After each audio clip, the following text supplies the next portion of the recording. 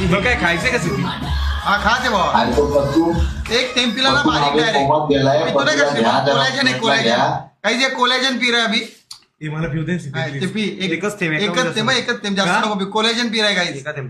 एकच थेंब जास्त नको अरे नाही, ते असं खोलून हा मला वास घेऊ दे, वासावर पासावर नाही कोलॅजन नाही थांब मी करून देतो तुला ते नीट अत्तर आहे अरे तर नाही नको, अत्तरचा वास येतोय. तू येणार सिद्धी तुला किड्डी पाचती ना भावा मजा आली असती